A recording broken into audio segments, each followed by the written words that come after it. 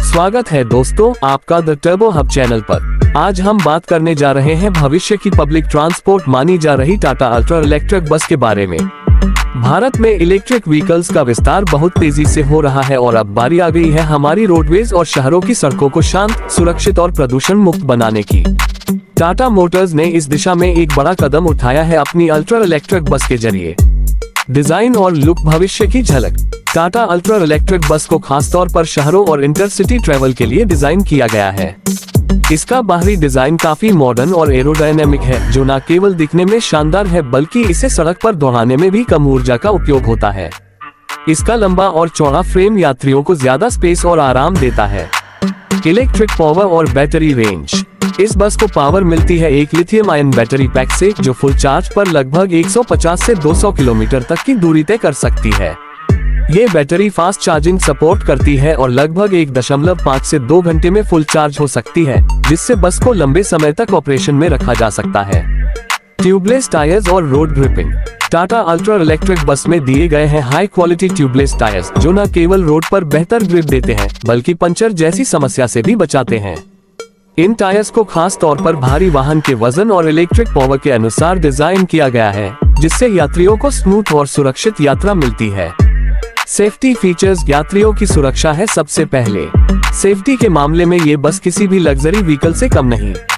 इसमें शामिल है anti lock braking system ABS, electronic stability control ESC, fire detection और अलार्म सिस्टम, आपातकालीन खिड़कियां और दरवाजे, CCTV कैमरे यात्रियों की सुरक्षा के लिए, स्लाइडिंग रैंप दिव्यांग यात्रियों के लिए। इन सभी फीचर्स से यह बस न केवल सुरक्षित है बल्कि हर तरह के ट्रैवल स्टैंडर्ड को फॉलो करती है। कमाई का साधन और operating cost. Tata ultra electric bus को अगर व्यावसायिक दृष्टिकोण से देखा जाए तो यह एक लॉन्ग टर्म इन्वेस्टमेंट है। डीजल की तुलना में इसकी रनिंग कॉस्ट 50% तक कम है।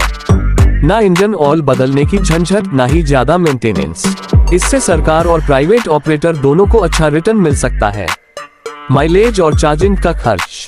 हर चार्ज में ये बस औसतन ₹2-3 प्रति किलोमीटर खर्च करती है, जबकि डीजल बसों में ये खर्च ₹8-10 प्रति किलोमीटर तक होता है। यानी कि लॉन्ग टर्म में टाटा अल्ट्रा इलेक्ट्रिक बस से भारी बचत हो सकती है। साथ ही कई राज्यों में टाटा इलेक्ट्रिक बसेस के लिए चार्जिंग स्टेशन भी विकसित किए जा रहे हैं।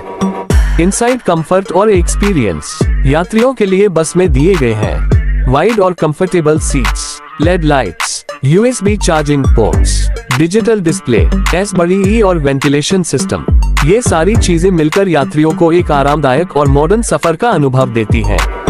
पर्यावरण के लिए वरदान। Tata ultra electric bus 0 emission देती है, यानी चलने के दौरान कोई धुआं नहीं निकलता। इससे शहरों में बढ़ते हुए प्रदूषण को कंट्रोल किया जा सकता है। ये बस एक व्हीकल मिशन 2030 के तहत भारत को ग्रीन और क्लीन बनाने की दिशा में एक बड़ा कदम है। सरकारी योजनाएं और सब्सिडी।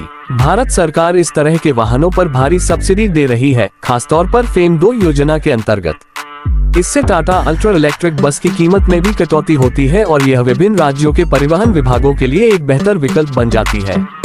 निष्कर्ष। स्मार्ट ट्रैवल का स्मार्ट सॉल्यूशन।